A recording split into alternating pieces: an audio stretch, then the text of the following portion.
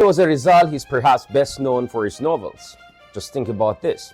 El Filibusterismo, among my favorite novels out there, which was the second part of what was supposed to be a trilogy of novels reflecting on the complexity of the Philippines, political dilemmas, cultural crisis, and soul-searching in the late 19th century.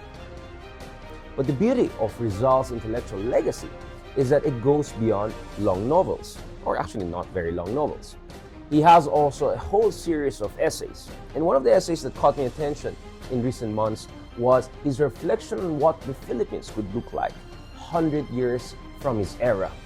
In many ways, if you look at this essay, first there's an introduction by a very brilliant geopolitical thinker who almost predicted how the world was going to look like 50 or 100 years later. In particular, he saw the rise of America, he also saw the rise of Russia, and down the road, the rise of China.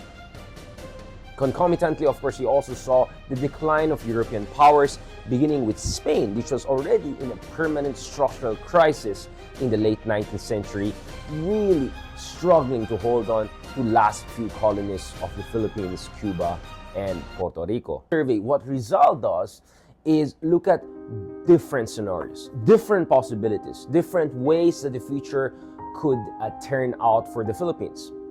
The beauty of this essay is that it's supposed to be a political essay, in fact, quite geopolitical essay, but it's written like a novel. Think of it as a short novel, or a novella, or a short story, where it looks at how the future of the Philippines as an independent nation will depend not only on the actions of imperial powers, whether declining powers like España, or rising powers like America, which he also saw as a new geopolitical reality in the Pacific over the coming decades. It also, this is the beauty of his essay, it also looked at how the Filipinos themselves could be captains of their own destiny if only they could get their act together.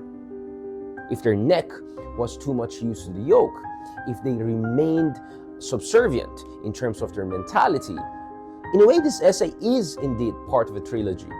If Noli Me Tangere was actually a retrospective, a look at the past of the Philippines and how the Philippines arrived at the present, and if El Filibusterismo was a way of looking at the near future, what kind of upheavals were awaiting the Philippines in absence of political reforms, this essay looks at possibility for the Philippines over the long run.